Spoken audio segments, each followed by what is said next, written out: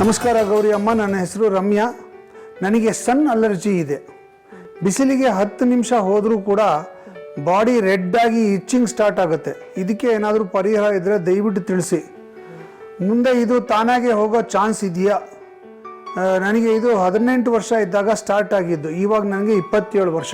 ಇದಕ್ಕೆ ಸುಲಭ ಪರಿಹಾರ ಇದೆ, ಆದರೆ ನಿಮ್ಗೆ ಅದು ಎಷ್ಟು ಸುಲಭವಾಗಿ ಲಭ್ಯನೋ ಗೊತ್ತಿಲ್ಲ. ರಕ್ತ ಚಂದನ ಅಂತ ಒಂದು ಮರದ ತುಂಡು ನಿಮಗಷ್ಟೇ ಬೇಕಾಗಿರೋದು. ಈ ರಕ್ತ ಚಂದನ ಇವಾಗ ಬ್ಯಾಂಡ್ ಐಟಮು, ಅದು ನಿಮಗೆ ಹೊರಗಡೆ ಮಾರುಕಟ್ಟೆಯಲ್ಲಿ ಲಭ್ಯ ಇರೋದಿಲ್ಲ. ಆದರೆ ಅದಕ್ಕೊಂದು ಕ್ಲೂ ಕೊಡ್ತೀನಿ, ಅದನ್ನು ಉಪಯೋಗ ಮಾಡಿ ನೋಡಿ. ಮನೆಯಲ್ಲಿ ಹಳೆಯ ಕಾಲದ್ದು ಈ ಪಟ್ಟದ ಬೊಂಬೆ ಅಂತ ಇರ್ತಾ ಇತ್ತು. ಮನೆಯಲ್ಲಿ ಹಿರಿಯರು ಯಾರು ಇರೋ ಮನೆಯಲ್ಲಾದರೆ ದಸರಾದಲ್ಲಿಡುವಂಥ ಪಟ್ಟದ ಬೊಂಬೆ, ಗಂಡು ಹೆಣ್ಣಿಂದ 2 ಬೊಂಬೆ ಇಡ್ತಾ ಇದ್ರಲ್ವಾ, ಅದನ್ನು ಹಿಂದಿನ ಕಾಲದಲ್ಲಿ ರಕ್ತ ಚಂದನದಲ್ಲೇ ಮಾಡ್ತಾ ಇದ್ರು.